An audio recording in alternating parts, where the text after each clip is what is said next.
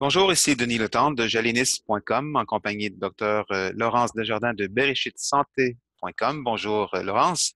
Bonjour Denis. Alors aujourd'hui, tel que promis, nous allons aborder un sujet qui devrait intéresser nos auditeurs, les maladies auto-immunes. C'est un sujet qui est pas facile, mais qu'on va tenter de simplifier, de vulgariser pour rendre accessible à tous. Donc, qu'est-ce qu'on entend par maladie auto-immune? Alors, une maladie auto-immune, c'est une maladie où le corps lutte contre lui-même au lieu de lutter contre les ennemis extérieurs. Normalement, notre système immunitaire sert à nous débarrasser des microbes, des virus, des cellules qui sont anormales, comme dans le cancer. Et une fois qu'ils sont éliminés, il se met au repos. Dans la maladie auto-immune, on se met à fabriquer des anticorps contre nos propres cellules. C'est une déviation du système. D'accord, donc c'est pour ça qu'on appelle ça auto-immune, parce que le système de défense se tourne contre la personne elle-même. Exactement.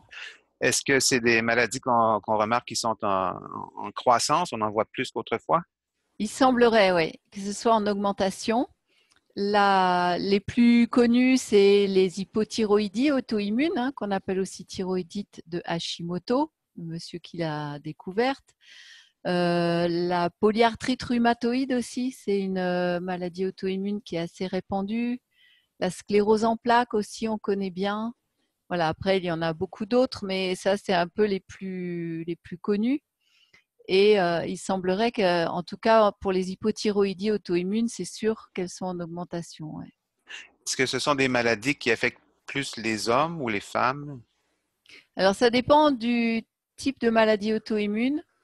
Pour les hypothyroïdies, il semblerait que ça affecte un peu plus les femmes. Voilà, c'est un peu variable. On pense qu'il y a quand même une prédisposition génétique, c'est-à-dire que selon nos gènes, on va plus ou moins facilement développer une maladie auto-immune. Mais ça ne suffit pas d'avoir la prédisposition génétique pour la déclencher. Il faut qu'il y ait aussi des facteurs déclenchants.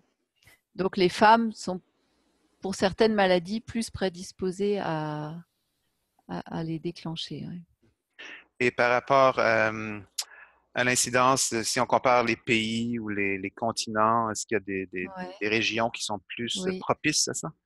Oui, il semblerait que les régions qui soient peu ensoleillées soient plus propres, ou bien les endroits où on se couvre beaucoup, c'est-à-dire où on ne profite pas du rayonnement solaire, soient plus propices au développement des maladies auto-immunes, sans doute parce que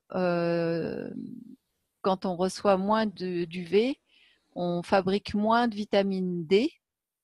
Or, la vitamine D, c'est en fait une hormone. On l'appelle vitamine D, mais en fait, c'est une hormone et elle a un rôle pour équilibrer l'immunité, c'est-à-dire pour nous permettre de bien répondre aux agressions, mais de ne pas répondre non plus de façon anormale ou excessive, comme c'est le cas, par exemple, dans les maladies auto-immunes. Donc, la vitamine D, on était au mois d'octobre ici à Montréal. Je regarde dehors, c'est des nuages, pas beaucoup de soleil.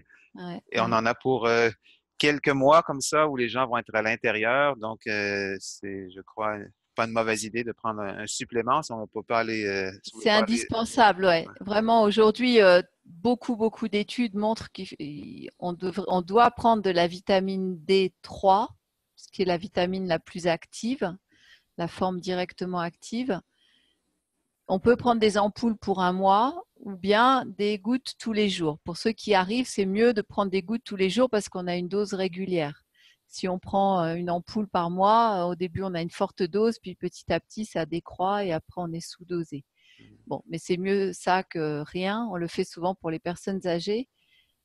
Et il faut se supplémenter. Et je pense au Québec, oui, de mi-octobre à fin mai, ou ça dépend un peu de l'ensoleillement. Et même s'il y a du soleil en hiver, ça suffit pas parce que les rayons n'arrivent pas de façon verticale, les UV arrivent de façon oblique et donc c'est pas suffisant pour fabriquer de la vitamine D. Donc la solution, c'est de prendre des suppléments, bien sûr, et éventuellement de faire un petit séjour, dans une zone où on peut recevoir des UV. Oui, ça, il y en a Bon, on beaucoup. avait parlé dans une précédente vidéo de la mer Morte, par exemple, parce Oui, que comme elle est à 400 mètres en dessous du niveau de la mer, ça permet de rester plus longtemps au soleil. Les UV vont être moins agressifs, mais on va quand même fabriquer de la vitamine D. L'intérêt d'être au soleil aussi, c'est qu'il n'y a pas que le rayonnement UV, il y a aussi les infrarouges, il y a d'autres éléments qui font qu'on va avoir un bénéfice supérieur en recevant du soleil qu'en recevant que de la vitamine D. Mais la vitamine D est indispensable pour prévenir les maladies auto-immunes, pour les guérir. Ça protège aussi des réactions excessives de certaines infections virales comme la grippe. Ça protège aussi de certains cancers, toujours par le biais du système immunitaire qui est équilibré par cette vitamine, cette hormone. Tu as parlé de vitamine D sous forme de gouttes ou d'ampoules. Il y a aussi sous forme de comprimés. Oui. Est-ce qu'il y a une façon qui est préférable en termes d'assimilation? Ouais. Alors la meilleure assimilation, c'est quand c'est associé à de l'huile, parce que c'est une vitamine qu'on appelle liposoluble, c'est-à-dire qui se dilue dans l'huile, et donc elle est mieux absorbée quand elle est dans de l'huile. C'est pour ça que la forme en goutte en général ou en capsule huileuse est préférable aux comprimés ou aux ampoules aqueuses, où c'est plus de l'eau. C'est un petit peu moins bien assimilé. Dans ce cas-là, il faut le prendre au cours d'un repas avec du gras. Voilà. D'accord. Donc, la vitamine D en même temps que le repas avec un gras quelconque. Voilà. Ou en gouttes huileuses ou en capsules huileuses. Dans ce cas, il n'y a pas besoin de rajouter du gras. Donc, avis à tous les gens au Québec, au Canada et dans les Ouais. hémisphères nord, j'imagine que c'est un peu la même chose pour tes compatriotes en France, en Belgique, tous Oui, les partout. francophones Ouais. qui nous Ouais. écoutent. Oui. Donc, Même ici, hein, moi je suis à Jérusalem. Quand l'hiver arrive, ça se refroidit quand même. Donc on se hmm, couvre, on sort moins. Et à moins de faire une virée régulière à la mer Morte, on doit ouais. aussi se supplémenter en vitamine D. Ouais. D'ailleurs, la mer Morte, on la voit présentement à l'écran. Dans ce Ouais. partage Très d'écran jolie image. d'un point de vue qui est à Ein-Gedi, un très, très beau parc national. Juste en passant comme ça, pour ceux qui s'intéressent, demeurez l'écoute parce qu'on travaille sur un projet merveilleux en 2019, en la première moitié 2019, des séjours à la mer Morte, dans le désert et dans tout le territoire d'Israël-Palestine. Des rencontres avec Dr Desjardins. Donc, restez à l'écoute, ça va être très intéressant.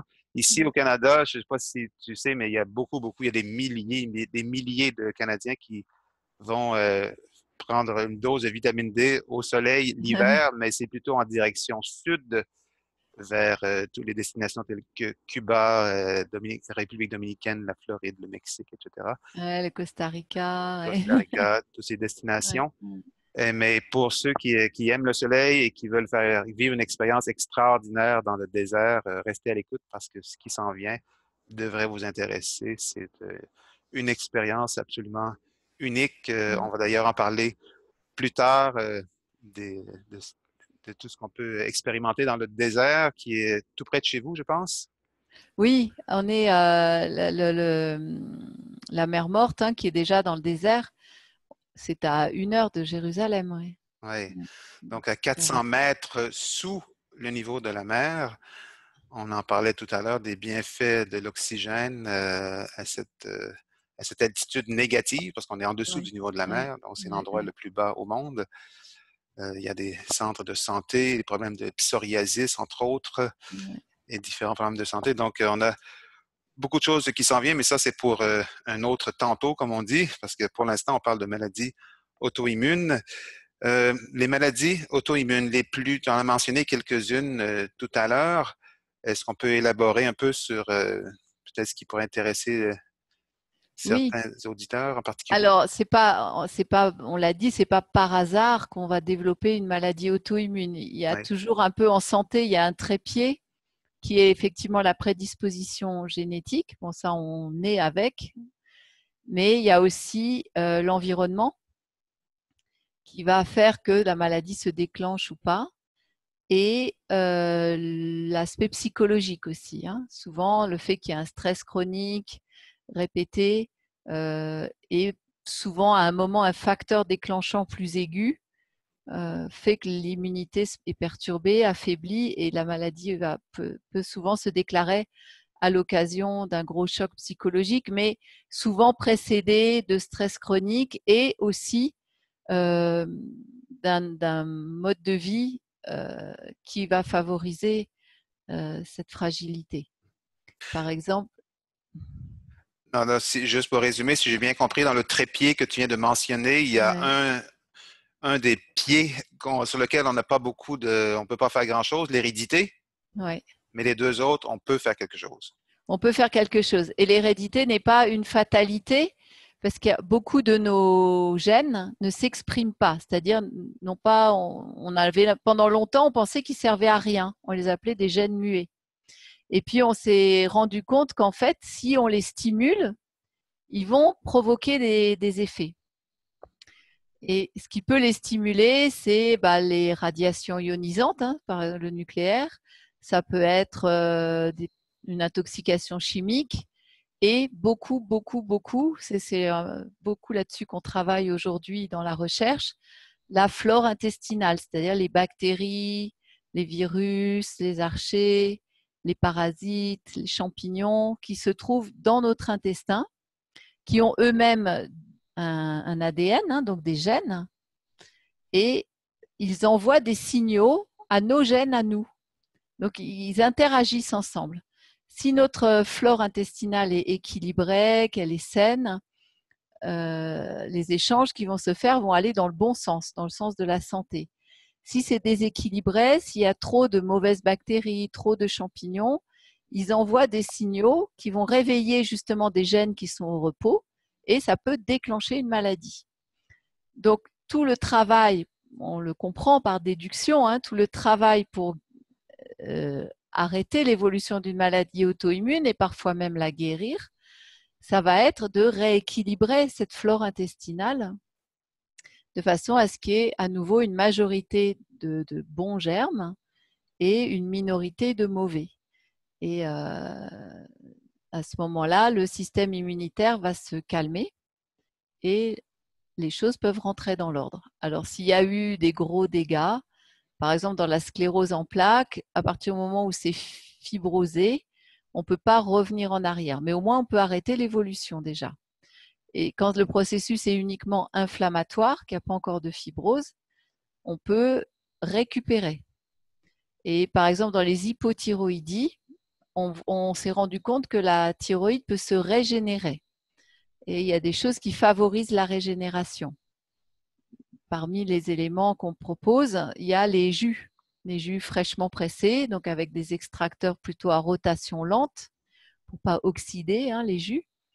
Et on fait des jus avec beaucoup de légumes, de verdure, pas trop de fruits pour pas amener, pas faire monter la glycémie, puisqu'il n'y a plus de fibres.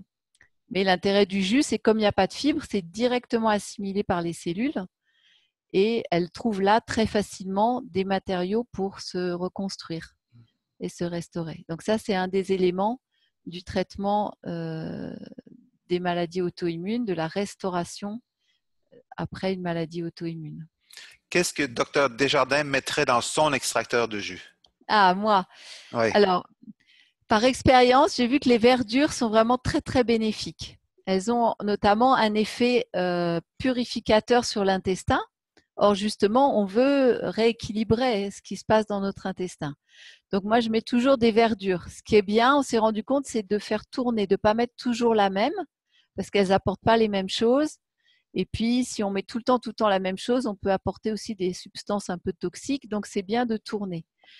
Donc, en général, je mets une fois des épinards, une fois des blettes. On appelle ça des cardes aussi, je crois. Bêta-carde? Voilà. On peut mettre des herbes aromatiques aussi, de la menthe, de la coriandre, du basilic, du persil.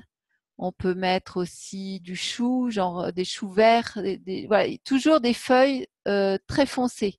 Plus c'est foncé, mieux c'est. Plus c'est vert foncé, mieux c'est.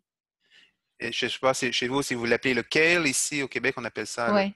kale, Voilà, le kale, oui. lequel est intéressant. Il est riche en certains acides aminés, en soufre, donc anti-inflammatoire. Il a des effets intéressants. On peut mettre aussi des pousses de brocoli, des pousses de tournesol, toutes ces petites pousses un peu vertes comme ça. C'est intéressant aussi. Et à ça, j'associe alors soit quelque chose qui est un peu juteux, donc qui amène du jus. Alors on peut mettre concombre, on peut mettre carotte, on peut mettre betterave. Là aussi, c'est bien de ne pas tout mettre, de tourner, de faire un jour l'un, un jour l'autre pour varier les apports. Dans les maladies auto-immunes où donc on suspecte un problème intestinal, on l'a dit, souvent l'intestin est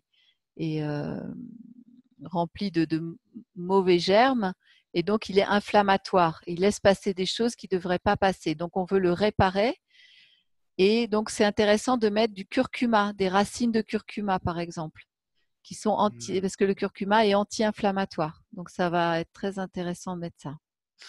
Avec le curcuma, comment tu fais pour le nettoyer après ton appareil? Alors, moi, ce que je fais, c'est que je mets le curcuma au début. Enfin, on OK. passe un légume parce qu'il y a toujours un peu de perte. Oui. Donc, une carotte ou une betterave ou ce qu'on veut. Puis après, je passe le curcuma avec, en général, je mets un petit peu des graines de tournesol trempées avec pour favoriser la phosphorylation. Du coup, le curcuma, la curcumine est mieux absorbée. Donc, c'est en petit tuyau, on peut faire ça. Et après, je passe un quartier de citron. Donc, ça a déjà un petit effet nettoyant. Et après, je passe tout le reste. Et du coup, comme les autres choses passent dessus, ça enlève le curcuma et à la fin, il n'en reste pas trop dans l'appareil. Ça OK. évite qu'il devienne tout jaune. Effectivement, ça devient gommant si on ne fait pas attention. Voilà, voilà. Donc, il vaut mieux le passer au début et puis passer après, voilà, un peu de citron dessus qui est aussi antioxydant, donc qui va protéger tout ce qui est dans le jus. Et je mets un demi-fruit, voilà, une demi-pomme verte ou une demi-orange ou une tranche de pastèque selon la saison, quoi, ou un Mm. peu de quelques grains de grenade aussi. Mais un seul fruit au choix pour adoucir un peu le goût. Voilà. Donc c'est à peu près ça le jus. Verdure, un légume, curcuma, citron et un demi-fruit. Les racines, carottes, betteraves, Voilà, c'est quelque ça. chose que tu utilises aussi? Oui, c'est ce que je disais un petit peu. En plus des verdures, on choisit un légume qui va donner du jus. OK. Donc soit carotte, soit betterave, soit concombre. Bon, c'est ceux qui sont le plus utilisés, c'est ces trois-là. Ouais. Mm. Et ils ont aussi des effets propres sur le foie, enfin voilà. Mais c'est bien de tourner, de ne pas mettre tous les jours la même chose. Donc, tous les jours, pas besoin d'utiliser de modération, il n'y a pas de danger d'intoxication avec les jus. Non, on peut pour ça, non, on peut y aller. On On peut y peut- aller. Disons, le minimum pour restaurer un organisme, ce serait de prendre au moins 1 litre par jour. Déjà, si on arrive à 500 millilitres, bon, c'est bien, c'est Oui. le minimum. Si on peut monter un peu plus à 1 litre par jour, c'est mieux. Voilà. Il y a des gens parfois qui se disent, ah, j'ai pas les moyens d'acheter du bio, donc je ne fais pas de jus. Personnellement, j'ai mon opinion là-dessus, mais qu'est-ce que toi tu en penses? Alors, bon, il y a plusieurs choses. D'abord, on n'est pas obligé de tout prendre en bio. Oui. Mais les verdures, par exemple, il faut les prendre en bio parce que le vert, ça capte les produits chimiques et c'est quand même pas ce qui est le plus cher. Même en bio, on peut trouver des verdures pas trop chères. Les pommes aussi, certains fruits, il vaut mieux les prendre en bio. Après, il y a les carottes, les betteraves. On dit que les produits chimiques restent un peu dans la pulpe. Alors, comme la pulpe s'en va, Mm. on la consomme pas. Bon, déjà, on diminue aussi le risque d'absorber des produits chimiques en faisant des jus. Enfin, la dernière chose, c'est que quand on fait des jus, on a un apport nutritif déjà qui est intéressant et donc on va manger un petit peu moins d'autres choses. En plus, là, dans le cadre des maladies auto-immunes, il y a un certain nombre de choses qu'il faut vraiment supprimer. Donc, ça va un peu s'équilibrer aussi au niveau du budget. Et puis, bon, être malade, ça coûte très cher aussi. Donc, je me dis, il vaut peut-être mieux se faire un peu des jus. Après, je ne sais pas au Québec quels sont les réseaux. C'est vrai, quand on peut trouver des producteurs, c'est toujours un peu moins cher aussi. En cherchant, où on peut s'associer à plusieurs et faire des commandes à des coopératives. Donc, comme ça, on squeeze un intermédiaire et ça fait aussi baisser le prix. Voilà, je crois qu'il y a plusieurs moyens Oui, et de plus en de plus aussi, répondre à ce problème. il y a des gens qui ont leur propre jardin, des réseaux de distribution. Alors ça, c'est Euh, l'idéal. Ouais. ouais. Je vois le chronomètre qui file à toute allure, hélas. On n'a pas dépassé les 15-20 minutes et c'est encore loupé. On vient de dépasser. On va devoir terminer pour aujourd'hui, mais à poursuivre. Évidemment, donc, le pas de prescription du docteur Desjardins, c'est des jus à tous les jours. 1 litre ou un demi-litre, c'est préférable par jour? Ouais, ouais. Pour les gens malades, je dirais au moins un Oui. litre. Pour les gens qui veulent faire de la prévention, 300 à 500 millilitres par jour, c'est bien.